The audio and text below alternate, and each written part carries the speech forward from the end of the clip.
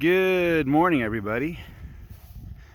It is Tuesday, September 6th, I think, 2022, and it's about 7 a.m. The sun comes up about 6:30, and I'm out here shortly after that. The grass is very dewy, it's very wet, but it did not rain. So that's a consequence of slightly cool nights and humid air. So this is the pasture that they were just in. You can see there's some patties, but when I went to move them this morning, they were not excited at all. Partially because it's early in the morning for them. The sun just came up 30 minutes ago and all. But also, ooh, that's an interesting patty.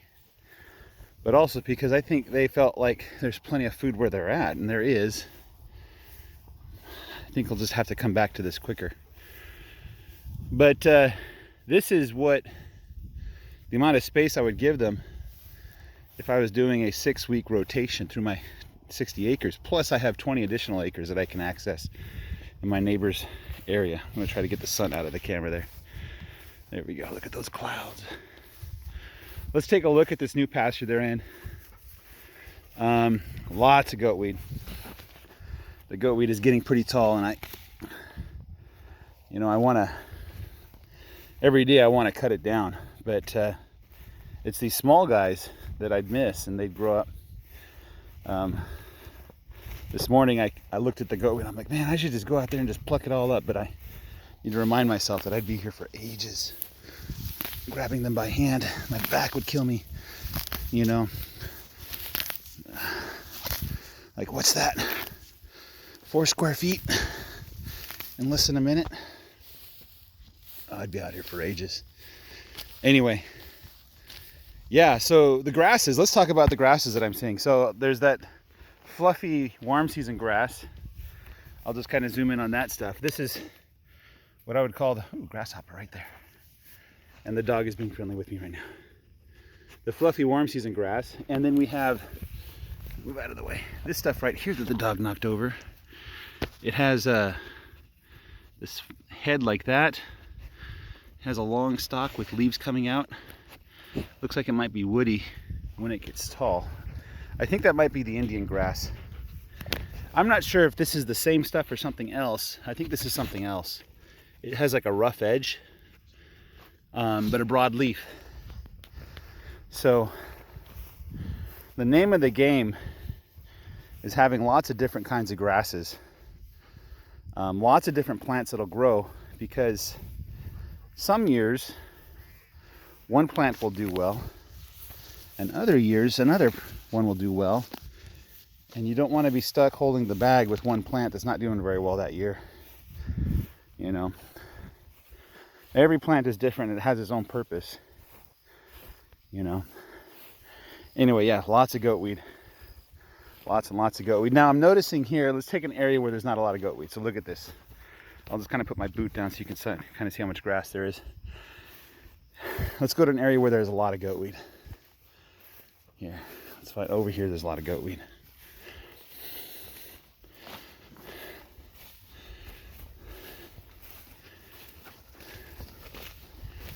All right, so this is an area with a lot of goatweed. So let me just kind of break it apart so you can kind of see the difference. It looks like the goatweed is starving out the grass. But then I find areas like this. You're in the way, dog. Look at this.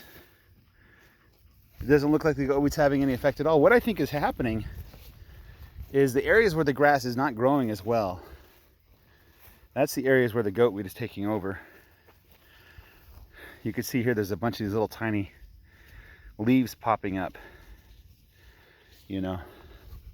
So I'm not too terribly concerned about the goatweed. I do want to cut it back because it is a perennial. It means it keeps coming back every year. Not from seed, but if I leave it, they'll grow thicker and stronger. So I am probably gonna just mow it, mow it down. But if I get the grass growing tall, I think this is grass left over from the spring. Hello, yellow. Then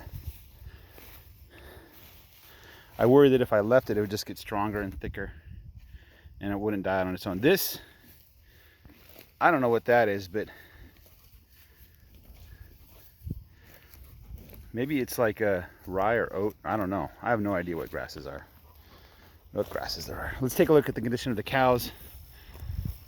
Yellow's doing pretty good. She's a little skinny.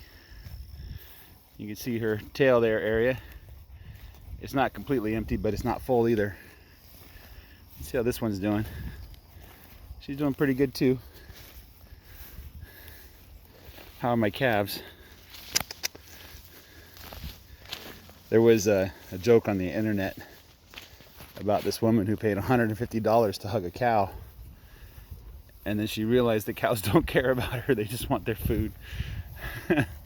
Yeah, I mean, these cows, they see me twice a day usually. And they still keep their distance even though I lead them to green pastures. You know. There's Blue. Blue's doing pretty good. I actually don't, maybe it's just the patterns on her coat there. But I don't see her ribs too much. I think this one's called Brownie. I know, we're very inventive with the names here. There's Blue's calf, the bull calf.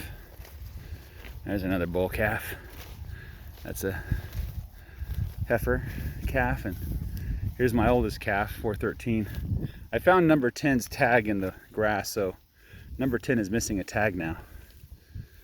I don't know which one's number 10, but you know, it kind of doesn't matter. When I go to harvest them, you know, I'll pull them aside and sort them and figure out which one goes where. So this one isn't doing too well, but not too bad either. Who is this? This 19? That's 6. I'm trying to find number 20, because number 20, I got worried about her. That's 24 right there. She is not doing very well. Here's number 19. She's doing okay. Could be no lot. That's number 21. I can tell by her butt. This is number 20. I can tell because she's got filth all over her. Number 20. Come on, man. Come on. You got to get better. Get these flies off of you. 21's the friendly cow. You got, look at all these flies on her legs. Yeah. She's got sores there on her rear end. Yeah, there's like an open sore there on her rear end. I hope that's not a parasite. I hope it's just flies biting her. Well, I guess flies are a parasite. Anyway, guys, that's what we got this morning. I'm going to sign off and just enjoy the beauty of the world around us. Ducks are next. Take care. Bye-bye.